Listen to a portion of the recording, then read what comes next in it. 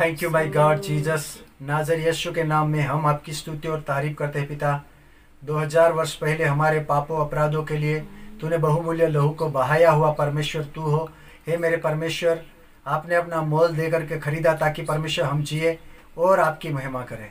तेरा वचन कहता है कि प्रभु एक आदम के जरिए वो प्रभु पूरी दुनिया में पाप फैल गया, लेकिन दूसरे आदम के जरिए हमें जीवन मिला है। उस आदम के लिए मैं धन्यवाद करता हूँ।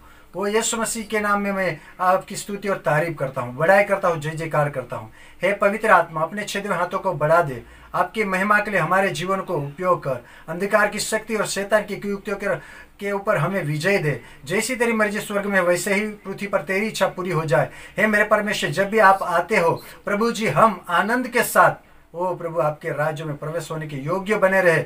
ऐसी कृपा हम मांग लेते इस समय में। पवित्र आत्मा प्लीज यीशु के नाम में तू मदद कर, अंधकार की ताकत और शैतान की योजना को असफल कर दे। आदर महिमा आप ही को मिलने के लिए कृपा कर। हमारे जीवन को आपके हाथ में देते हुए यीशु के सामर्थ्य नाम में मांगता हूँ, आमीन आमीन। ठीक है, आज के वचन को हम मनादी करेंगे। अगर आप पाप करते हो तो क्या खुदा उसको पसंद करता है या नहीं? हम उसके बारे में कुछ बातों को जानेंगे, क्योंकि परमेश्वर का वचन कहता है वो धर्मी और न्याय है। वो पाप को घृणा करने वाला परमेश्वर है। और यीशु मसीह ने मुर्दों में से जी उठ करके 40 दिन और रात लोगों के साथ में वो यरूशलेम में यहाँ वहाँ रहा। उसके बाद जब वो उठा लिया गया है, उस समय में उसने ऐसे कहा है, मैं तुम्हें लेने के लिए दोबारा वापस आऊंगा। क्या आप विश्वास करते हो यीशु मसीह हमें लेने आएंगे? अगर आप विश्वास करते हो तो आज के वचनों के जरिए अपने आप को तैयार रखें और परमेश्वर की इच्छाओं को पूरी करें, और परमेश्वर की योजना के तहत, उसके प्लानिंग के अनुसार, उसके ढांचे में बन करके हम अपने आप को तैयार करेंगे। आज का वचन यूहन्ना की पहली पत्री 2:28 को हम पढ़ने जा रहे हैं। हम उसमें देखते हैं वो यूहन्ना परमेश्वर के लोगों को क्या कहता है, सुनेंगे। अतः हे बालकों, लिखा है अतः हे बालकों, उसमें बने रहो उसमें बने रहो कि, उसमें बने रहने का मतलब यीशु में बने रहो कि जब वो प्रकट हो, जब यीशु मसीह दोबारा उनका आगमन हो और हमारे बीच में प्रकट हो, तो हमें हियाव हो, हमें हियाव हो मतलब हमें गौरव हो, अपने आप में गौरव हो, कि अपने आप में अभिमान हो, अपने आप में खुशी हो जाए। यीशु मसीह के दूसरे आगमन में उठा ले जाएगा करके उसमें हम आनंदित हो जाए। ऐसा एक प्रभाव हमारे जीवन में होना जरूरी है। इन दिनों में हम परमेश्वर की आराधना करके अपने आप को तैयार करें। जब यीशु मसीह आता है हमें लेने के लिए, तब हमें भी उसमें घमंड होना चाहिए। नहीं, मेरा परमेश्वर मुझे लेने आएगा, यीशु मसीह हमें लेने आएगा। यही हमारे जीवन में एक घमंड होने के लिए हम तैयार रहे। और आगे पढ़ेंगे। और हम उसके आने पर, लिखा है और हम उसके आने पर उसके सामने लज्जित ना हो, उसके सामने लज्जित ना हो। कई बार ऐसा होता है, बच्चों को पापा कहता है बेटा आज ये थोड़ा काम करके रहना, या फिर बच्चों को स्कूल से कहा जाता है कि आज बेटा ये होमवर्क करके आना, लेकिन जब स्कूल में बच्चे जाते हैं, जब वो तैयार करके नहीं जाते हैं, वो प्रिपेयर करके नहीं जाते हैं या लिख के नहीं जाते, उस समय में टीचर के सामने लज्जित होते हैं। इतना ही नहीं, वो क्लास के अंदर जितने बच्चे होते हैं उन सब बच्चों के सामने हम लज्जित हो जाते हैं। वैसे ही हम भी जब यीशु मसीह दोबारा हमें लेने के लिए आएंगे, उस समय में हम अगर परमेश्वर के वचन के आधार पर तैयार नहीं है तो हमें भी लज्जित होना पड़ेगा, हमें भी शर्मिंदगी उठानी पड़ेगी। हमें होगा, अरे यार मैं इतना आराधना करता था, इतना प्रभु में मैं आगे था, फिर भी मैं क्यों आज रह गया, या प्रभु के सामने खड़ा रहने में क्यों शर्मिंदगी मुझे उठानी पड़ रही। उसकी कमियों को आज दूर करने के लिए परमेश्वर ने हमें मौका दिया है। कई बार हमने वचनों में सुना है कि यीशु मसीह आ रहा है, यीशु मसीह का आने का समय हो चुका है। क्या हम वो समय में परमेश्वर के साथ उठा लेने के योग्य अपने आप को तैयार रखते हैं? परमेश्वर का वचन कहता है वो चोर के न्याय आएगा। वो कब आएगा किसी को पता नहीं है। जैसे चोर आता है वो किसी को बता करके नहीं आता है कि वो किस समय में आएगा, क्या लेने के लिए आएगा, वो बता के नहीं आता है। वो किस घड़ी आएगा वो बता के नहीं आता है। वैसे हमारा यीशु मसीह भी जब बादलों पर होकर के हमें लेने आएंगे, उस समय में क्या आप उसके साथ उठा लेने के योग्य तैयार रहेंगे? वो बोलता है चोर तो आधी रात को आता है, वैसे वो आधी रात को भी आ जाएगा, भोर को भी आ जाएगा, दोपहर को भी आ जाएगा, शाम को भी आ जाएगा। कौन सी पल में वो आ जाएगा हम नहीं जानते। पौलुस का कहना है इसलिए सजाग रहो कि आप परमेश्वर के वचन से अगर आप वंचित रह जाते हो या परमेश्वर की इच्छाओं के विरोध में हम पाप करते हैं। आगे की कलम में हम देखेंगे यूहन्ना 3:4 आयत में हम पढ़ते हैं, देखते हैं। जो कोई पाप करता है, जो कोई पाप करता है वो व्यवस्था का विरोध करता है, परमेश्वर की व्यवस्था के विरोध करता है। अगर हम पाप करते हैं तो परमेश्वर की व्यवस्था के विरोध पाप करते हैं। परमेश्वर की इच्छाओं से हम नहीं चलते हैं, परमेश्वर की मर्जी के तहत हम नहीं चलते। पिछले संडे में हमने सुना था कि अगर आपने वीडियो देखा है तो आपने जरूर वो वचन को सुना होगा कि हवा और आदम ने परमेश्वर के वचन के विरोध पाप किया और वो परमेश्वर से वो दूर हो गए। वैसे ही अगर हम परमेश्वर के वचन को नहीं मानते हैं, अगर वचन के आधार पर अपने आप को नहीं जीवनों को बिताते हैं, तब हम परमेश्वर के विरोध पाप करते हैं। देखो, जो कोई पाप करता है वे व्यवस्था के विरोध कार्य करता है। परमेश्वर ने एक व्यवस्था दी है कि परमेश्वर कहता है जैसे वो खुद निष्पापी है, निस्वार्थी है, निस्मतलबी है, वैसे हम निष्पापी रह करके, निस्वार्थी बन करके, निस्मतलबी से हम परमेश्वर की इच्छाओं को पूरा करें। आज परमेश्वर के लोगों को बहुत सारा मौका मिला है, बहुत सारा समय मिला है कि परमेश्वर के तुल्य अपने आप को तैयार करें। देखो, YouTube में आप कहीं भी मैसेज को पढ़ेंगे, लिखा है क्या परमेश्वर का आगमन अभी हो जाएगा। कई प्रकार के सवाल होते हैं आगमन के विषय में, लेकिन मैं बताना चाहता हूं परमेश्वर का आना यीशु मसीह ऐसे बताते हैं वो मुझे भी पता नहीं, केवल पिता ही जानता है। प्रेरितों के काम में शिष्यों ने जब पूछा था उस समय में यीशु मसीह ने जवाब दिया, यह तुम्हारा जानने का कोई जरूरत नहीं है, यह तुम्हारा काम नहीं है। तुम्हारा काम एक ही है कि आप व्यवस्था के विरोध पाप ना करें, लेकिन पवित्र जीवनों को बिताए। यीशु मसीह जब भी आएंगे तब आप परमेश्वर के राज्य में प्रवेश हो सके, यीशु मसीह के साथ आप उठा लिए जाओ। यही हमारा जीवन का एक निश्चय होना चाहिए, हमारे जीवन में यही एक प्लानिंग होना चाहिए, हमारे जीवन में यही एक योजना बना करके इन दिनों में परमेश्वर के सामने अपने आप को तैयार करें। मैं देखता हूँ, मेरे घर में भी देखता हूँ, बच्चों को देखता हूँ कि जब वो मोबाइल अपने हाथ में लेते हैं, सब सुबह उठ करके चाय नाश्ता करने के समय में भी उसके हाथ में मोबाइल होता है, सोने के समय तक उसके हाथ में मोबाइल रहता है। हम डांटते हैं तब भी थोड़ी देर के लिए वो रख देते हैं, फिर दोबारा मोबाइल को उठा लेते हैं, अपने आप से वो मोबाइल के साथ में इतना व्यस्त कर लेते हैं कि पूरा दिन कैसे बीत जाता है उनको पता नहीं चलता। लेकिन मैं बताना चाहता हूँ कि आज अगर YouTube में कई लोग बोलते हैं नहीं पापा मैं मैसेज सुन रहा था, मैं गाना सुन रहा था, लेकिन आप कभी अगर गाना सुनते हो क्या उसको पूरे ध्यान से सुनते हो? एक एक गाने का जो वर्ड्स होता है, लाइन होती है, उनका जो लिखावट होता है, उसकी जो रचना होती है, वो परमेश्वर के वचन के आधार पर लिखा जाता है।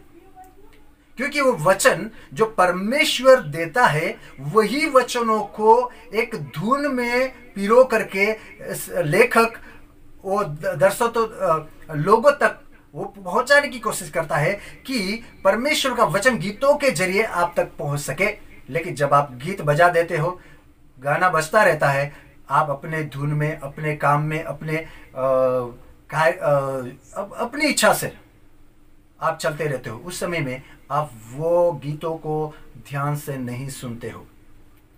मेरे वीडियो को या मेरे गीतों को सुनने वाले कई बार मैं ऐसे ही सवाल कर लेता हूँ, क्या मेरा वचन देखा? बोलते हैं अरे यार मैंने आधा सुना था, फिर बोलते हैं अरे यार मुझे टाइम नहीं मिला, अरे यार नेट खत्म हो गया था। तो नेट कहाँ खत्म हो गया? क्योंकि हमने व्यर्थ बातों में वो नेट गंवा दिया है। मैं कभी पूछता हूँ, मेरा पहला अभी अगला वीडियो आपने देखा, उसमें मैंने कैसे कैसे पात्रों को उधर में प्रस्तुत किया है। बोलते हैं नहीं गाना तो सुना है लेकिन मैंने देखा नहीं।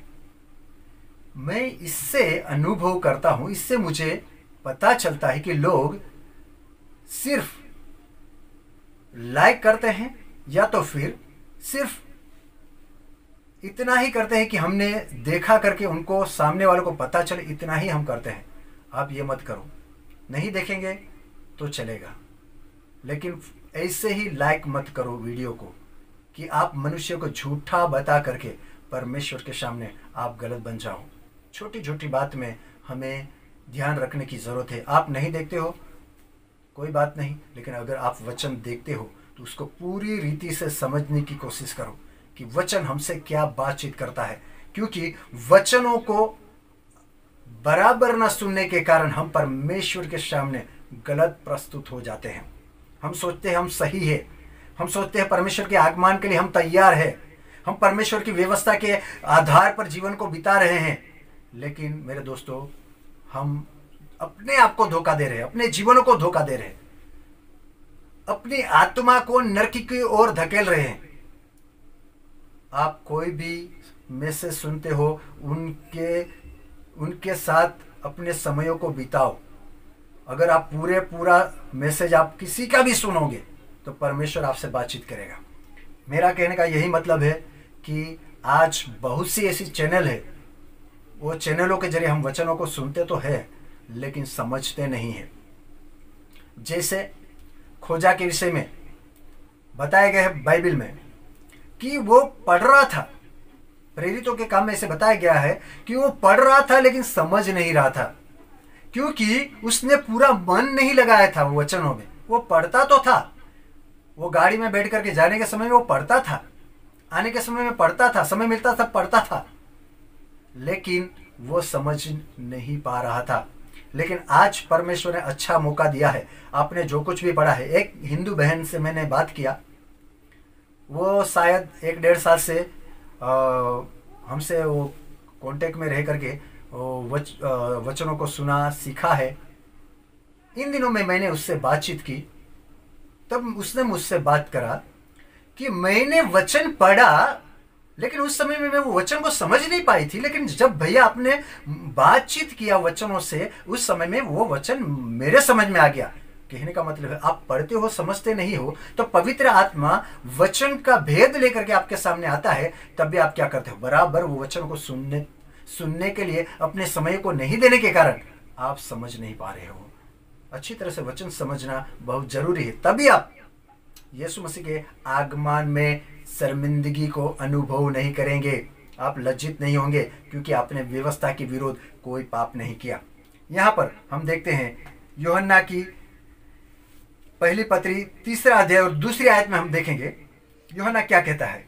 हे प्रियो, लिखा है हे प्रियो, अब हम परमेश्वर की संतान है। देखो, अब हम ऐसे एरे गेरे नट्टू खेरे नहीं है, हम परमेश्वर की संतान है। इसलिए परमेश्वर के वचनों को बहुताई से समझने के लिए अपने आप को परमेश्वर के सामने अपने जीवन को देना पड़ेगा। आप अगर समय देते हो तभी आप परमेश्वर के संतान हो करके, उनके बच्चे हो करके, उनके इच्छाओं के तहत अपने आप को चलाएंगे। देखो, मैं अपने बेटे को कहता हूं, बेटा आप गिटार ले लो। जब वो गिटार लेके आता है तब मैं उसको बोलता हूं, केबल क्यों नहीं लेके आया, आप मिक्सर में क्यों नहीं लगाया? बोलता है पापा आवाज आता है। मैं बोलता हूं नहीं, ये व्यवस्था नहीं है। हमने जितना चीजों को खरीद करके हम रखा है वो उपयोग करने के लिए।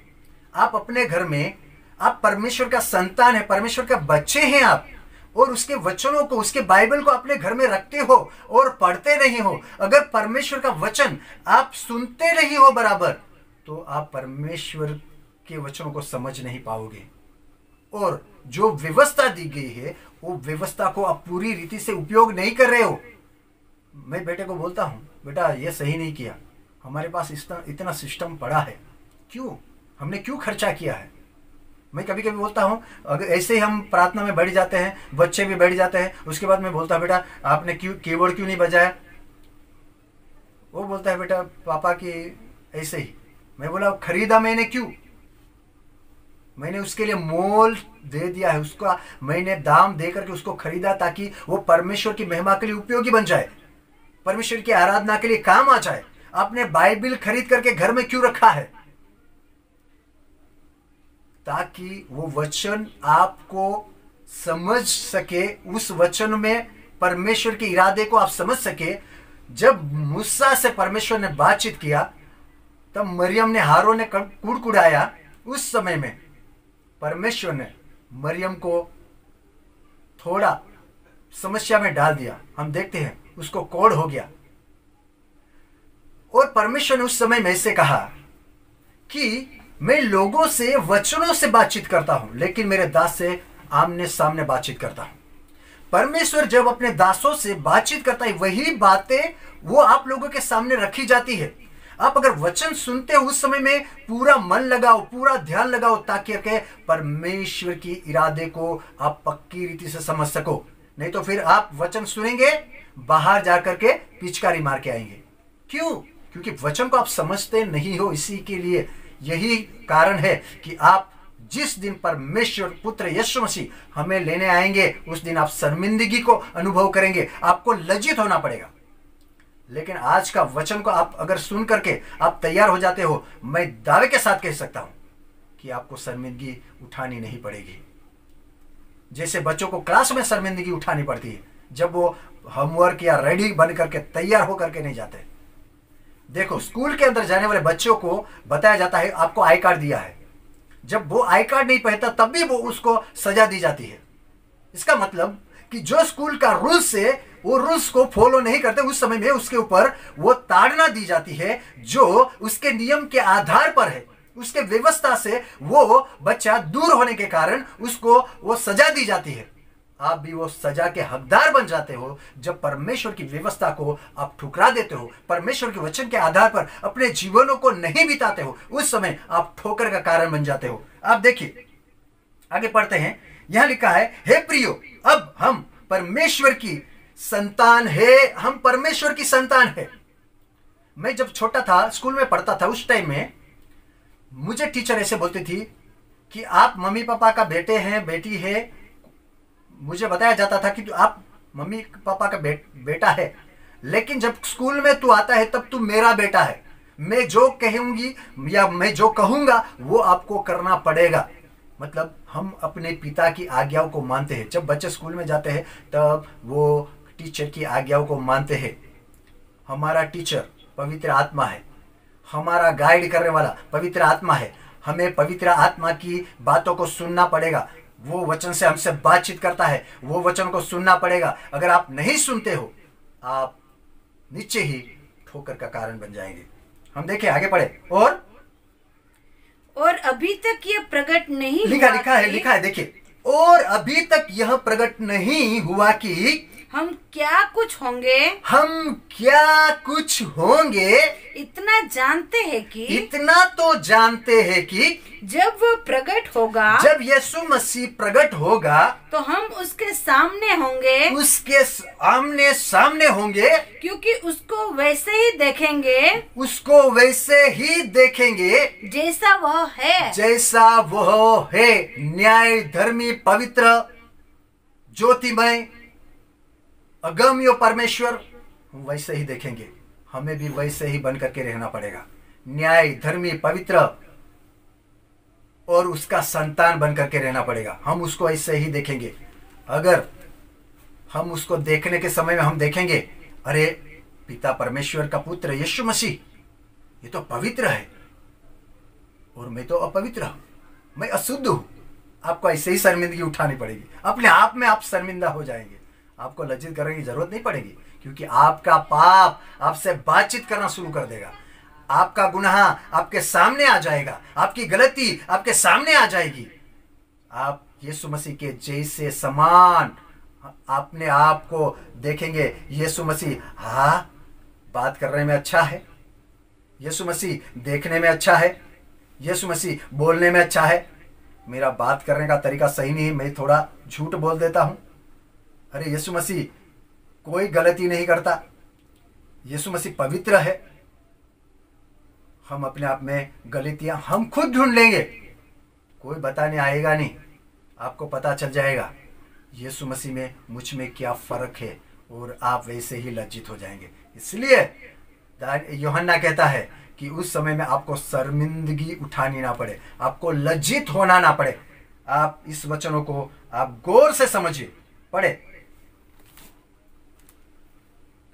और जो कोई उस यह आशा रखता है, और जो कोई यह आशा रखता है, वो अपने आप को, देखो, वो अपने आप को वैसे ही पवित्र करता है, वैसे ही पवित्र करता है जैसा वह पवित्र है। जैसा वो मसीह पवित्र है, वैसा ही आप अपने आप को भी पवित्र और शुद्ध और अच्छा करेंगे जैसा यीशु मसीह है। अगर उसने दुख उठाया है तो आप सोचेंगे कोई बात नहीं, मैं भी थोड़ा दुख उठा लूंगा। यीशु मसीह के लिए दुख उठाना कोई बड़ी बात नहीं है। यीशु मसीह के लिए थोड़ा अगर कोई मुझे गलत बोल देता है, वो भी मैं सहन कर लूंगा। आप आदी बन जाएंगे, क्योंकि यीशु मसीह के बारे में हमको पता है। जब यशायाह की किताब पढ़ करके उसने बोला कि यह वचन पूरा हो चुका है, भीड़ में से लोगों ने बोला, अरे ये वचन तो मसीह पूरा कर सकता है। और लोगों ने, भीड़ ने उसके ऊपर थोड़ा अटैक कर दिया, उसको ऐसा धक्का मार करके पहाड़ से गिराने की कोशिश करी। यीशु मसीह भीड़ में से निकल करके, लिखा है, वो जंगल में चला गया। आप भी अगर यीशु मसीह के समान बनने की कोशिश करते हो, तो किसी के साथ झगड़ा नहीं करते हो, किसी के साथ किसी भी प्रकार का आप समस्या को खड़ा नहीं करते हो। अगर किसी ने आपके लिए खड़ा कर दिया है, आप वहां से क्या हो जाएंगे, चुपचाप निकल जाएंगे, क्योंकि यीशु मसीह ने ऐसे ही किया है। वो किसी के सामने वो कोई किसी भी प्रकार का दावा नहीं किया, देख लूंगा, बता दूंगा, ये करूंगा, वो करूंगा, ऐसा कुछ भी नहीं बोला। कितना नम्र होकर के वो चला गया। आप अगर यीशु मसीह के समान बनना चाहते हो, परमेश्वर का वचन अब दोबारा हम वही आयत को पढ़ करके आपके सामने रखना चाहते हैं। हाँ, और जो कोई उस यह आशा रखता है, जो कोई ऐसी आशा रखता है, यीशु मसीह के समान बनने की आशा रखता है, वह अपने आप को वैसे ही पवित्र करता है, वैसे ही पवित्र करता है जैसा वह पवित्र है। जैसा यीशु मसीह पवित्र है, उसके समान पवित्र बनाता है। वो कभी भी गलत बात नहीं करता है, वो कभी भी गलत चीजों को नहीं छूता है, कभी भी वो गलत चीजों के ऊपर मुंह नहीं लगाता है, गंदी चीजों को नहीं खाता है, नहीं पीता है, नहीं छूता है, क्योंकि वो यीशु मसीह के समान बनना चाहता है। एक गीत लिखने वाले ने एक गीत ऐसा बनाया, तेरे जैसा मैं बनना चाहता हूँ, तेरे जैसा मैं दिखना चाहता हूँ, मुझ में दिखे, मुझ में दिखे प्रभु यीशु, मुझ में दिखे, मुझ में दिखे प्रभु यीशु, प्रभु यीशु मुझ में दिखे, मुझ में दिखे प्रभु यीशु। क्या आप में प्रभु यीशु मसीह दिखे? आप ऐसा चाहते हो? इस वचनों के ऊपर आप ध्यान लगाओ। पहली यूहन्ना की पत्री 3 अध्याय उसकी 21 आयत को पढ़ेंगे। हे प्रिय, लिखा है, हे प्रियो, यदि हमारा मन हमें दोष न दे। मैंने पहले ही बताया कि आप जब प्रभु यीशु मसीह के सामने खड़े हो जाएंगे, आप अपने आप में क्या करोगे? दोष को ढूंढने लगोगे। अरे यीशु मसीह पवित्र है, मैं तो अपवित्र हूँ। यीशु मसीह ने तो दुख सहन किया, मैं तो कुछ भी दुख सहन करने के लिए तैयार नहीं था। यीशु मसीह ने लोगों के लिए अपना जान तक दे दिया, मैंने यीशु मसीह के लिए कुछ नहीं किया है। मैं तो गरीबों से लूट लिया है, गरीबों से छीन भी लिया है। यीशु मसीह ने तो सब कुछ कुर्बान कर दिया। आप इससे ही परख अपने आप की करेंगे। इसलिए यह यूहन्ना कहता है कि हे प्रिय, यदि हमारा मन हमें दोष न दे तो हम परमेश्वर के सामने हियाव होता है। परमेश्वर के सामने हमें अपने आप में गौरव होता है, हमें हियाव होता है, हमें अपने आप में खुशी हो जाती है। नहीं नहीं नहीं, परमेश्वर मुझ में दोष नहीं देख सकता, क्योंकि मैं जानता हूं मैंने क्या उठाया है, मैंने क्या दुख सहन किया है। मैंने बखूबी कलवरी क्रूस को अपना क्रूस समझ करके मैंने दुखों का कटोरा बखूबी उठा लिया है। यीशु मसीह ने मेरे लिए उठाया है, लेकिन मैंने अपने क्रूस को भी मैंने अपने कंधे पर ले लिया है और विश्वास योग्यता से आगे बढ़ने के लिए हर दुख को उठाया, हर समस्या का सामना किया, हर ताने को मैंने सुन लिया, हर परमेश्वर की इच्छाओं को मैंने पूरा किया। और आप क्या करते हो? अपने आप में एक आशा और उम्मीद के साथ परमेश्वर की महिमा करते हो, बड़ाई करते हो। हम देखते हैं यूहन्ना की सुसमाचार, पहली यूहन्ना के सुसमाचार में ही देखेंगे, यूहन्ना की पहली पत्री में ही देखेंगे, 4:17 आयत को पढ़ेंगे। जब हम दुख उठाते हैं, कष्ट उठाते हैं, अपने क्रूस को उठा करके चलते हैं, उस समय में परमेश्वर का वचन हमें क्या जताता है? पढ़े। इसी से प्रेम हमें सिद्ध हुआ कि प्रेम, यीशु मसीह का प्रेम हमें सिद्ध हुआ कि हमें न्याय के दिन हियाव हो, हमें न्याय के दिन गौरव हो, अपने आप में गौरव हो, हियाव हो, क्योंकि जैसा वो है, जैसा यीशु मसीह है, वैसे ही संसार में हम भी है। संसार में हम भी है, जगत में हम भी है। यीशु मसीह जैसे है वैसे पवित्र, वो स्वर्ग में पवित्र है ऐसा ही नहीं है, वो जगत में आया था उस समय में जब यीशु मसीह को कलवरी क्रूस पर वो लोग टांगना चाहते थे, उसको मारना चाहते थे, इसलिए उसको पकड़ करके लेके गए थे। जब वहां पर याजकों ने उसको काइफा के सामने खड़ा कर दिया, उस समय में यीशु मसीह को कई सवाल पूछे गए। यीशु मसीह ने ठीक ठीक जवाब दे दिया और उसने ऐसा भी कहा, कौन है जो मुझ में गुनाह साबित कर सके, मुझ में गलतियां ढूंढ सके? कौन है? उसके सामने कोई भी नहीं आया था। हे मेरे प्रियो, मैं आपसे बताना चाहता हूं, जब हम मसीह के प्रेम में बंध जाते हैं, मसीह के प्रेम में चलना शुरू करते हैं, मसीह के प्रेम को लेकर के चलना शुरू करते हैं, हमारे जीवन के अंदर कोई भी गलतियां कोई भी ढूंढ नहीं सकता, क्योंकि हम क्या बन जाते हैं? उसकी संतान बन जाते हैं, हम न्याय बन जाते हैं, हम धर्मी बन ठहराए जाते हैं। इसी के कारण हम में कोई भी गलती ढूंढ नहीं पाते। हम देखते हैं यूहन्ना की पत्री 5वां अध्याय उसका 14वीं आयत को पढ़ेंगे। पहली यूहन्ना 5:14। और हमें उसके सामने लिखा है, और हमें उसके सामने जो हियाव होता है, वो यह है कि यदि हम उसकी इच्छा के अनुसार, यीशु मसीह की इच्छा के अनुसार कुछ मांगते हैं, कुछ प्रभु से मांगते हैं, तो वो हमारी सुनता है। आप अगर आप में अपने आप में विश्वास योग्य है और आप यीशु मसीह से आप कुछ मांगते हैं, वो आपको मिल जाता है। क्यों? आपको पहले विश्वास होता है, नहीं मैं प्रार्थना करूंगा क्योंकि वो मेरी सुनता है और मेरी सुनेगा। क्यों नहीं सुनेगा?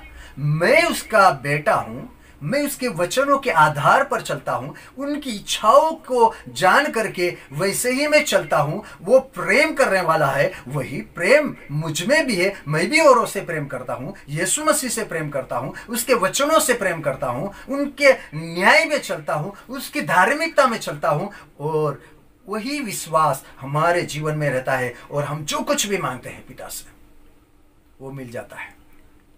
क्यों? क्योंकि हम उसकी संतान होने के कारण, न्याय होने के कारण, हम अपने आप में हियाव होने के कारण, अपने आप में विश्वास होने के कारण, हम धर्मी होने के कारण, हम जो कुछ भी मांगते हैं वो हमें मिल जाता है, वो हमारी सुन लेता है और परमेश्वर हमें दे देता है। आगे पहले थेस्सलोनिकी की किताब उसका 2 अध्याय और 19 पद को पढ़ेंगे। भला हमारी आशा या आनंद, भला हमारी आशा या आनंद, या बड़ाई का मुकुट क्या है, या बड़ाई का मुकुट क्या है। क्या हमारे प्रभु यीशु के सम्मुख उसके आने के समय, क्या हमारे प्रभु यीशु मसीह के सम्मुख उसके आने के समय, सम्मुख उसके आने के समय तुम ही न होंगे, तुम ही ना होंगे। देखिए, हमारा जो आशा का मुकुट है, आनंद का कारण बनता है। परमेश्वर का वचन कहता है, भला हमारी आशा या आनंद। हमारी आशा या आनंद किस में है? यीशु मसीह में है। हमारी आशा हमारे यीशु मसीह में है। क्यों? क्योंकि हम धर्मी ठहराए गए हैं, हम न्याय है और हमारी प्रार्थना वो सुनता है। इससे हमें पता चलता है कि हमें आशा है। किस बात की? यह बड़ाई का मुकुट क्या है? हमें यीशु मसीह के सामने न्याय और धर्मी ठहराने का आशा का मुकुट आपको है क्या? आप जब यीशु मसीह के ऊपर विश्वास करके जीवन को बिता रहे हैं, इन दिनों में अपने घर में जब प्रार्थना करते हो या फिर जब आप परमेश्वर के वचनों को पढ़ते हो, जब परमेश्वर के सामने आप आते हो, आप घर में रहते हो या बाहर जाते हो, कि कोई भी समय, जो कोई समय हमें मिलता है, हमें जो जीवन मिला है, उस जीवन में आपको एक आशा होना जरूरी है और उसमें आपको आनंद भी होना जरूरी है कि अगर यीशु मसीह आएगा तो वो अपने हाथों से मुझे मुकुट पहनाएगा। उसका आनंद क्या आपको है? उसकी आशा में क्या आपको ऐसा आनंद है कि वो मुझे मुकुट देगा? इतना विश्वास योग्यता से आप अपने आप को तैयार करके परमेश्वर के सामने प्रस्तुत कर सकते हो या प्रस्तुत कर दिए हो? अगर इन महामारी के कारण या फिर किसी भी कारण अगर मृत्यु हो जाता है तो आपको आशा है क्या? आपको आनंद है क्या?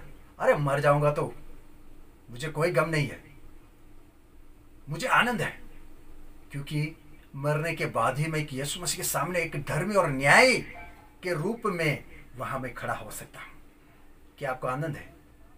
अगर आपको उठा लिया जाए, अगर यीशु मसीह आकर के आपको उठा लेता है तो आपको आनंद होगा या गम होगा, दुख होगा? अरे यार, अभी तो मुझे तैयार होना था, अरे अभी तो मैं कमाने के पीछे हूं, अभी तो मैं बच्चों को उसकी सेवा करने के पीछे हूं। बहनें कहेंगी, अरे मैं तो घर बार संसार संभालने के पीछे हूं। भाई लोग कहेंगे, अरे मुझे तो अभी बच्चों के लिए कमाना है, घर बनाना है, ये करना है, वो करना है, उसके पीछे हूं, मैं अभी कहां तैयार हूं। ऐसा सवाल होगा? अगर ऐसा सवाल होगा तो आप गलत हो। हम नहीं जानते, यीशु मसीह ने भी कहा है कि कोई नहीं जानता कि मैं कब दोबारा आ जाऊंगा। आपको एक हियाव होना चाहिए, आपको आशा और आनंद आपके जीवन में आज अभी अपने आप में महसूस होना चाहिए कि नहीं, अगर यीशु मसीह आ जाता है तो वो मुझे मुकुट पहनाएगा, मैं उसके साथ में उठा लिया जाऊंगा। ऐसी उम्मीद के साथ अपने आप को तैयार करें। एक वचन को पढ़ें, पहला थेस्सलोनिकी पहला अध्याय उसकी 4 आयत को पढ़ें। हे भाइयों, हे भाइयों, परमेश्वर के प्रिय लोगों, देखो आप कौन हो मेरे भाइयों। हे भाइयों, यहाँ थेस्सलोनिकी की मंडली को, कलीसिया को पौलुस बताता है, हे भाइयों, परमेश्वर के प्रिय, आप हम सब परमेश्वर के प्रिय है। इस बात को आप अगर याद रखेंगे तो आप जरूर वो प्रिय पिता को आने का इंतजार करेंगे। प्रिय पिता की और दूसरे आगमन की इंतजार में आप बैठे रहेंगे तैयार होकर के। दुल्हा आएगा, मुझे ले जाएगा, ऐसा करके अपने आप को आप तैयार रखेंगे। क्यों? क्योंकि पौलुस कहता है, हे प्रियो परमेश्वर के प्रिय लोगों, हम जानते हैं कि तुम चुने हुए हो। तुम चुने हुए हो। हम सब परमेश्वर के चुने हुए लोग हैं। इसलिए मेरे भाइयों, आप अगर दो नाव में पैर को रख के चल रहे तो आप संभल जाओ, और आपकी नाव जो है वो यीशु मसीह के नाम की ही नाव होना जरूरी है। आप यीशु मसीह के नाम में आ जाए, दुनियादारी की नाव में मत जाए, जगत की नाव में मत जाए। आप यीशु मसीह के नाव में आ जाए और अपने जीवन को सफल बनाए, अपने जीवन को यीशु मसीह के योग्य बनाए। हम हर रोज वचनों को देखते हैं यूट्यूब में कि यीशु मसीह का आगमन होने का अभी ज़्यादा समय नहीं है। कई लोग मुझसे बातचीत करते हैं, क्या भैया अभी यीशु मसीह आ जाएगा क्या? वो आ जाएगा नहीं आ जाएगा वो तो परमेश्वर ही जानता है, लेकिन क्या अगर आ जाएगा तो हम उसके साथ में उठा लिए जाएंगे? उसमें हमें आनंद है, उसमें हमें आशा है, हमें मुकुट मिल जाएगा, जो मुकुट हमारे लिए रखा है वो मिल जाएगा। वो सब बातों को आप स्मरण करें। अगर आज हमने वचनों के जरिए परमेश्वर ने हमसे बातचीत किया है, परमेश्वर कितना अद्भुत परमेश्वर है, परमेश्वर कितना भला परमेश्वर है, परमेश्वर कितना दयालु परमेश्वर है। वो एक बात को चाहता है, उसने कहा है मैं तुम्हें लेने आऊंगा। वो हमें मौका देता है। आज दुनिया में देखो, कहीं ऐसी बातें चल रही है कि शायद इन दिनों में यीशु मसीह आ जाएगा, शायद जगत का अंत हो जाएगा, शायद ये तीसरा विश्व युद्ध की तैयारी चल रही है। क्या होगा? ये होगा, वो होगा, जो होगा सो होगा। लेकिन परमेश्वर के बच्चों के लिए परमेश्वर ने एक अच्छा मार्ग रखा है। देखो, आशा में आनंदित होकर के अपने आप को तैयार रखे, ताकि यीशु मसीह जब भी आए आपको मुकुट दे करके कहे कि मेरे धर्मी बेटा है, ये मेरा धर्मी संतान है, मैंने उसके लिए मोल दे दिया है। यीशु मसीह ने हमारे लिए खून चढ़ा करके, मोल दे करके हमें खरीद लिया है। और यीशु मसीह के वचनों को सुन करके अगर हम अपने जीवनों को बिताते हैं, न्याय और धर्मी यीशु मसीह के सामने हम ठहराए जाते हैं, वो नीचे हमें वो मुकुट देता है, इनाम देता है। इसलिए पौलुस ने कहा, हे भाइयों परमेश्वर के प्रिय लोगों, हम जानते हैं कि तुम चुने हुए हो। आप, मैं, सब लोग परमेश्वर के चुने हुए लोग, जिसको परमेश्वर ने चुना है, वो सब लोगों के लिए मैं परमेश्वर का धन्यवाद करता हूँ और विश्वास करता हूँ कि परमेश्वर हमें लेने जल्द ही आ जाएंगे। आने वाले समय में अगर परिस्थिति बदलती है, इनसे भी बुरी हालत अगर हमारी होने जा रही है, उससे पहले हमारा परमेश्वर हमें इस दुखों से, इस परेशानियों से, इस तकलीफ़ों से वो गुजरने नहीं देगा, लेकिन वो हमें लेने आएगा। जब भी आएगा हम अपने आप को तैयार रखें, विश्वास के साथ परमेश्वर के वचनों को पढ़े, सुने और मन लगाए, उसके वचन के आधार पर अपने जीवन को बिताए। इस समय में हम प्रार्थना करने जा रहे हैं। सुने हुए वचनों के आधार पर हम अपने आप को परमेश्वर के हाथ में सौंप दें।